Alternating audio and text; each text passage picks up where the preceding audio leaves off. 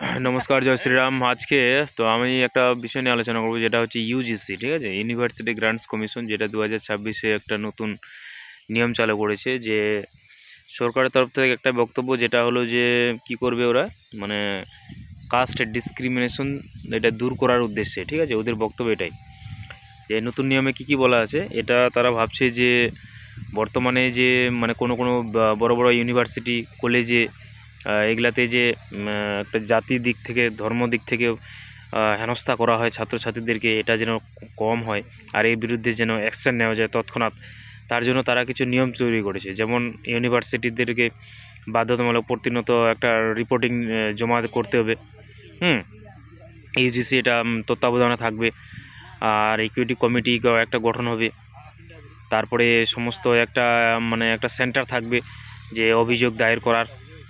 এতে ছাত্রছাত্রীরা সঙ্গে সঙ্গে অভিযোগ করতে পারবে, এবং এমনকি তারা 24 ঘন্টা ওটা হেল্পলাইন একটা খোলা থাকবে, যে কোনো সময় ওরা করতে পারে, ওখানে কমপ্লেন করতে পারে। কাউকে কেউ যদি তাকে র্যাগিং করে, জাতি পুছে, কিংবা বিভিন্ন ধরনের তাদের অপমান করে, হেনস্থা করে, এর জন্য, ঠিক আছে। তো এবার এটা এই নিয়মের বিরুদ্ধে কিন্তু কোথাও কোথাও প্রোটেস্ট দেখা যাচ্ছে, যেমন দিল্লির যন্তর মন্তরে, হায়দ্রাবাদে, ঠিক আছে। এরা ভাবছে কি, কিছু কিছু ছাত্র প্রোটেস্ট করছে, প্লাস যে শিক্ষকরা রয়েছে তারাও প্রোটেস্ট করছে।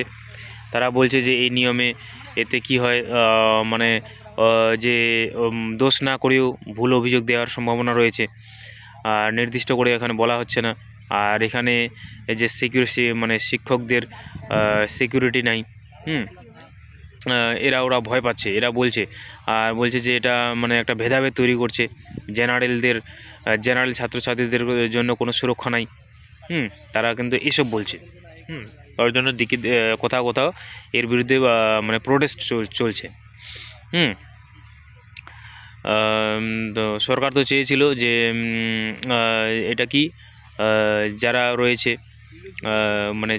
নিচু জাতির, তাদেরকে যারা অপমান করে, সে আর তার বিরুদ্ধে অ্যাকশন নিতে, কিন্তু এরা অন্যান্য কিছু কি বলবো, এরা কন্ট্রোভার্সি চলছে আর কি দেশব্যাপী।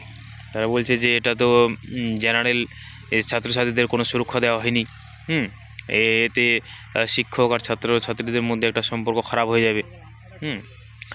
তো এইসবের কারণে বর্তমানে এই যে 29 তারিখ, গত 29 তারিখে সুপ্রিম কোর্ট স্টে অর্ডার দিয়েছে। এটা বর্তমানে কিন্তু লাগু নিয়মটা হবে না। বর্তমানে ওই 2012-র যে অ্যান্টি ডিসক্রিমিনেশন গাইডলাইন্সগুলো ছিল, সেগুলাই অব্যাহত থাকবে, ঠিক আছে। ধন্যবাদ।